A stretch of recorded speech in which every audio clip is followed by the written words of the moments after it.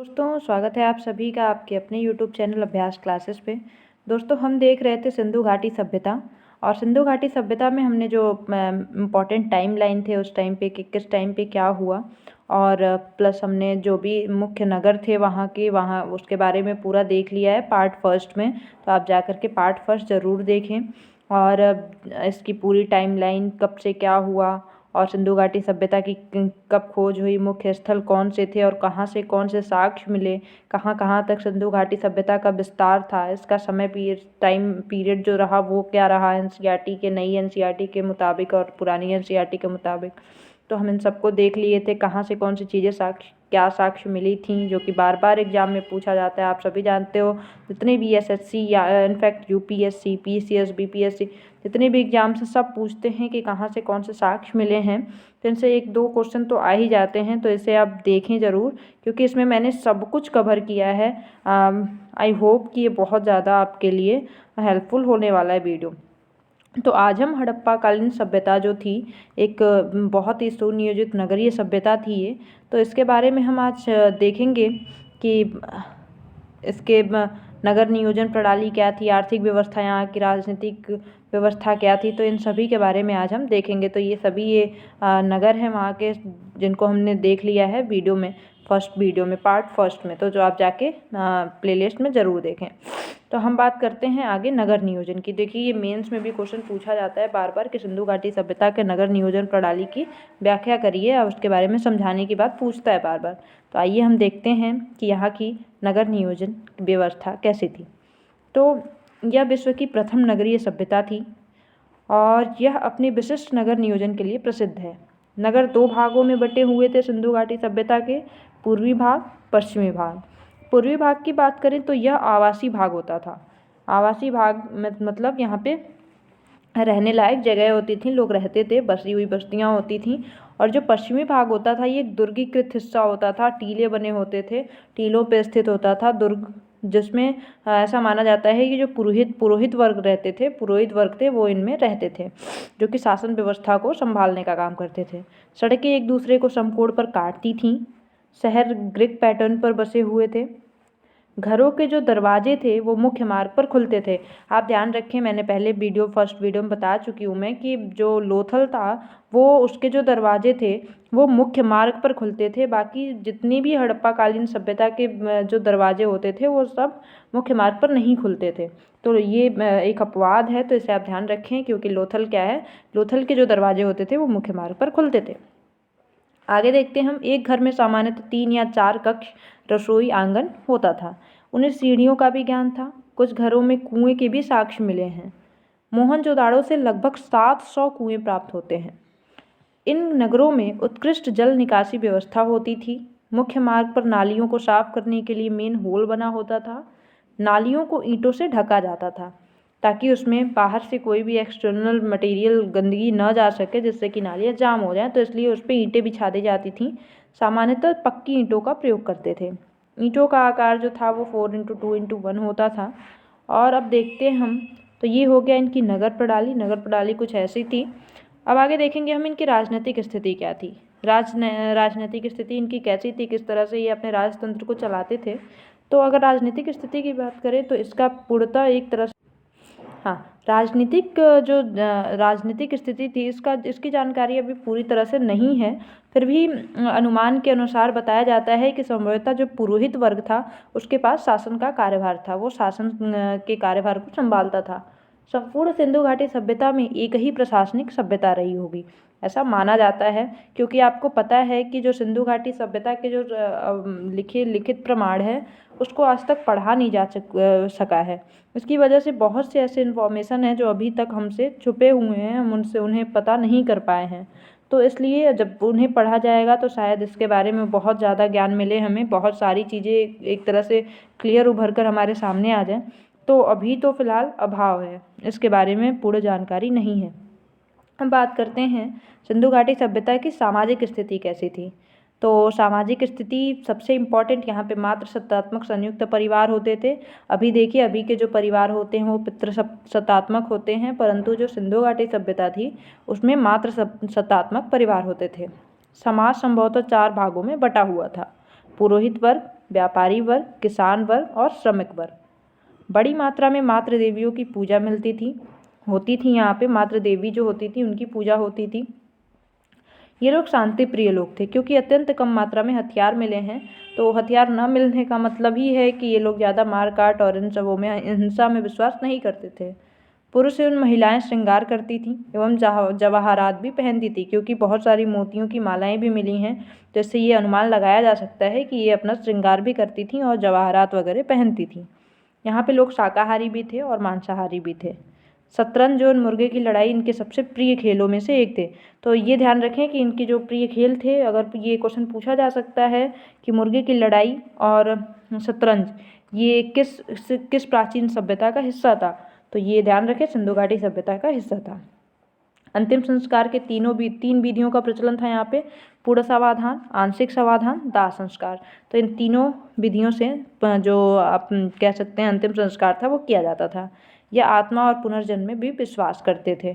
तो ये भी क्वेश्चन पूछा जा सकता है कि आत्मा और पुनर्जन्म में कौन सी ऐसी प्राचीन सभ्यता है जो विश्वास करती थी, तो सिंधु घाटी सभ्यता थी जो आत्मा और पुनर्जन्म में विश्वास करती थी। तो प्राचीनतम सभ्यता है, तो जब भी ऐसा पूछा जाए प्राचीनतम सभ्यता, तो इसे आप सिंधु घाटी सभ्यता बताएंगे। लोथल से 3 व कालीबंगा से 1 युग्मिक समाधान मिलता है। अब हम देखते हैं इनकी धार्मिक स्थिति। धार्मिक स्थिति की अगर बात करें तो ये बहुदेववाद में विश्वास करते थे, बहुत सारे देवी देवताओं की पूजा करते थे। ये पुरुष और महिला देवताओं को पूजते थे। इस काल में देवताओं की मूर्तियां मिली हैं, लेकिन मंदिर बनाना आरंभ नहीं हुआ था। तो यहाँ पे मंदिर नहीं बनाते थे ये, बट ये पूजा पाठ करते थे, बहुत देववादी थे। ये अंधविश्वासी भी थे, जादू टोना टोटके में भी ये विश्वास करते थे। आगे बात करें, बलि प्रथा में विश्वास करते थे। ये बलि प्रथा यहाँ पे प्रचलन था। कालीबंगा में हवन कुंड मिले हैं, और यह वृक्ष पूजा, जल पूजा, लिंग पूजा, योनि पूजा इनमें विश्वास करते थे। इन्हें ध्यान एवं योग का भी ज्ञान था। आगे देखें हम, मोहनजोदाड़ो से एक मोहर मिलती है जिसपे आद्य शिवा का चित्र मिलता है। मतलब इससे हमें स्पष्ट होता है कि ये शिव की पूजा करते थे, जिससे ये ऐसा जो जॉन मार्शल थे इन्होंने बताया कि इनको ये पशुपतिनाथ की मूर्ति है। पशुपतिनाथ शिव का ही एक रूप था जिसे पशुपतिनाथ कहा गया। आर्थिक स्थिति अब इनकी देखते हैं। इनकी जो आर्थिक स्थिति थी वो कृषि आधारित थी। इनकी अर्थव्यवस्था कृषि आधारित थी। अधिशेष उत्पादन था जिन्हें बड़े बाजारों शहरों में बेचा जाता था, और ये व्यापार भी करते थे। गेहूँ, सरसों, चना, मटर, रागी इनकी प्रमुख फसलें थीं। इन्हें चावल एवं बाजरे का ज्ञान नहीं था। लोथल से चावल के साक्ष्य मिलते हैं। ये ध्यान रखिए, इन्हें चावल का ज्ञान इन्हें और बाजरे का ज्ञान नहीं था। फिर भी जो लोथल है यहाँ पे चावल के साक्ष्य मिले हैं। रंगपुर से चावल की भूसी मिली है, जो कि रंगपुर गुजरात में है। रंगपुर उत्तर हड़प्पा स्थल है। सोर्तुगई अफगानिस्तान में है, जो कि ऑक्सस नदी के किनारे है। से नहरों के भी साक्ष्य मिले हैं। सोर्तुगई अफगानिस्तान से नहरों के भी साक्ष्य मिले हैं। धौलावीरा से जलाशय के साक्ष्य मिले हैं, और ये पशुपालन भी करते थे। गाय, भैंस, भेड़, बकरी, खरगोश, कुत्ता, बिल्ली इनके प्रिय पशु थे। आगे देखते हैं, यह ऊँट, घोड़ा, हाथी से परिचित नहीं थे। ये ऊँट, घोड़ा, हाथी से परिचित नहीं थे। विदेशी व्यापार होता था इनके यहाँ। ये विदेशों से व्यापार करते थे, क्योंकि मोहरें पाई गई हैं मेसोपोटामिया की और अन्य कई जगहों की, अरब की। तो इनसे पता चलता है कि ये बहुत जगहों पे व्यापार भी करते थे। सारगोन अभिलेख में सिंधु घाटी सभ्यता को मेलुहा कहा गया है। सारगोन अभिलेख जो है इसमें मेलुहा कहा गया सिंधु घाटी सभ्यता को। मेलुहा नाविकों का देश है। मेलुहा हाजा पक्षी के लिए प्रसिद्ध है। यहाँ पे पक्षी के लिए मुख्यतः जो मोर पक्षी है उसके लिए प्रसिद्ध है। सारगोन अभिलेख में कपास को सिंडन कहा गया। हाँ, ये भी ध्यान रखें कि सिंडन के सभ्यता में कपास को सिंडन कहा गया, तो ये सिंधु घाटी सभ्यता में कहा जाता था। या फिर डायरेक्ट ये भी पूछ सकता है कि सिंडन किसे कहते थे, तो सिंडन कपास को कहते थे सिंधु घाटी सभ्यता में। तो ये किस अभिलेख में मिला है ये भी पूछ सकता है, तो ये सारगोन अभिलेख में कपास को सिंडन कहा गया है। आगे देखते हैं, कपास की विश्व में प्रथम खेती भारत में हुई थी। ये एक उपलब्धि है भारत की कि भारत जो कपास की सबसे पहली खेती थी वो भारत में ही की गई थी। दिलमून बहरीन व आखन ओमान मध्यस्थ का कार्य करते थे। ये मध्यस्थता मतलब व्यापार में सहयोगी का काम करते थे। मुद्रा व्यवस्था का प्रचलन यहाँ पे नहीं था। वस्तु विनिमय होता था। यह सोने व चांदी का प्रयोग करते थे। ये लोहे से परिचित नहीं थे। ये आपको पता है कांस्य युगीन सभ्यता थी, मतलब ये कांसे का उपयोग करते थे। कांसा किससे बना होता है? तांबा और टिन का बना होता है। आगे देखते हैं बालाकोट, जो कि अभी पाकिस्तान में है, से शंख उद्योग के अवशेष भी मिले हैं। आगे इनकी लिपि देखें तो इन्हें लिपि का ज्ञान नहीं था। यह भाव चित्रात्मक लिपि थी। यह दाएं से बाएं लिखी जाती थी। सॉरी, मैंने कह दिया लिपि का ज्ञान नहीं था, इन्हें लिपि का ज्ञान तो था, लेकिन ये भाव चित्रात्मक लिपि थी और ये दाएं से बाएं लिखी जाती थी। इन्हें गौमूत्राक्षर लिपि भी कहा जाता था। इनका जो लिपि था उसे गौमूत्राक्षर लिपि कहा जाता था। तो ये क्वेश्चन में पूछा जा सकता है। इसमें 775 से 400 भाव मिलते हैं। इसे अभी तक पढ़ा नहीं गया है, ये आप जानते हैं, इन्हें अभी तक पढ़ा नहीं जा सका है। मूर्तियाँ और मोहरों की बात करें तो सिंधु घाटी सभ्यता की अगर मूर्तियों को देखें, मोहरों को देखें तो यहाँ 3 तरह की मूर्तियाँ मिलती हैं, धातु की, पत्थर की, मिट्टी की। मिट्टी की मूर्ति जो है टेराकोटा से मिली है। मोहनजोदाड़ो से नर्तकी की मूर्ति जो धातु की बनी हुई है, ये भी इम्पॉर्टेंट है, ये मोहनजोदाड़ो से मिली है। ये बार बार पूछा भी गया, एसएससी के एग्जाम में तो हमेशा ही पूछा जाता है। दैमावाद से धातु का रथ मिला है। मोहनजोदाड़ो से पत्थर की पुरोहित राजा की मूर्ति मिली है। टेराकोटा की मातृ देवी की मूर्ति मिली है। ज़्यादातर मोहरें सैल खड़ी की बनी हुई है। ज़्यादातर मोहरें चौकोर हुआ करती थीं। मोहरें वस्तुओं की गुणवत्ता और व्यक्ति की पहचान की द्योतक होती थी। मोहरों पर एक सिंगा सबसे ज़्यादा मिला है, जिसपे एक सिंगा का चित्र बना हुआ है। मोहनजोदाड़ो व हड़प्पा से बड़ी मात्रा में मोहरें प्राप्त हुई हैं। कुबड़ वाले सांड के चित्र भी मिले हैं। अब देखते हैं कि जो इतनी विकसित सभ्यता थी सिंधु घाटी सभ्यता, इसका पतन कैसे हो गया। तो इस पे आज तक बहुत लोगों के बहुत सारे मत हैं, तो हम इन सभी को पढ़ेंगे क्योंकि ये एक तरह से कह सकते हैं बहुत इम्पॉर्टेंट है, पूछा जाता है एग्जाम्स में। जैसे हम देख लेते हैं कि देखिए, क्योंकि जो सिंधु घाटी की सभ्यता थी, ये कैसे इसका पतन हो गया, इसका अभी तक कोई साक्ष्य, एक तरह से कह सकते हैं पुख्ता प्रमाण नहीं है। तो जब पुख्ता प्रमाण नहीं है तो बस मत है लोगों के, जिसको हम आज भी पढ़ रहे हैं।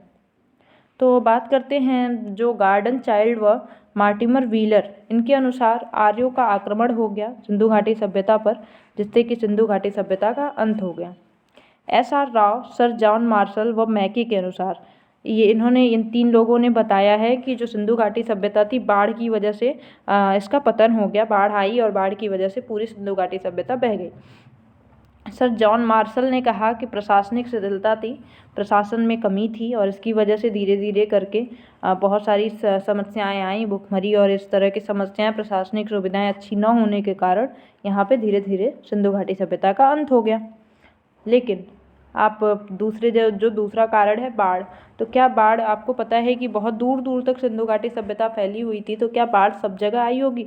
तो ये बहुत सारे कारण हैं जिसको बताया तो जा रहा है, बट अभी तक इसका कोई प्रमाण बहुत अधिक नहीं है। अब देखते हैं जो अमलानंद घोष के थे, इनके अनुसार जलवायु में परिवर्तन हो गया, इसकी वजह से सिंधु घाटी सभ्यता का अंत हो गया। UR कैनेडी के अनुसार प्राकृतिक आपदा इसका प्रमुख कारण था सिंधु घाटी सभ्यता के अंत का।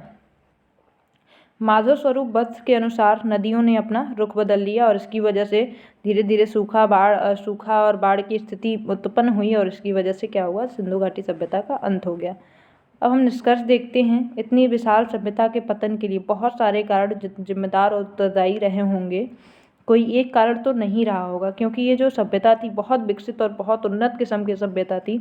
इसे समाप्त करना इतना भी आसान नहीं था कि किसी एक कारण से इस सभ्यता को समाप्त कर दिया जाए। तो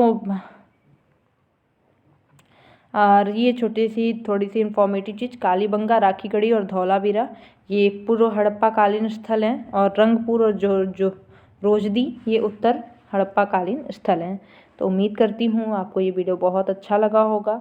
अच्छा लगा तो एक बार लाइक ज़रूर करें और जो भी टॉपिक आप चाहते हो कमेंट में मुझे ज़रूर बताओ और ऐसी वीडियो लगातार पाने के लिए चैनल को सब्सक्राइब ज़रूर करिए। Thank you.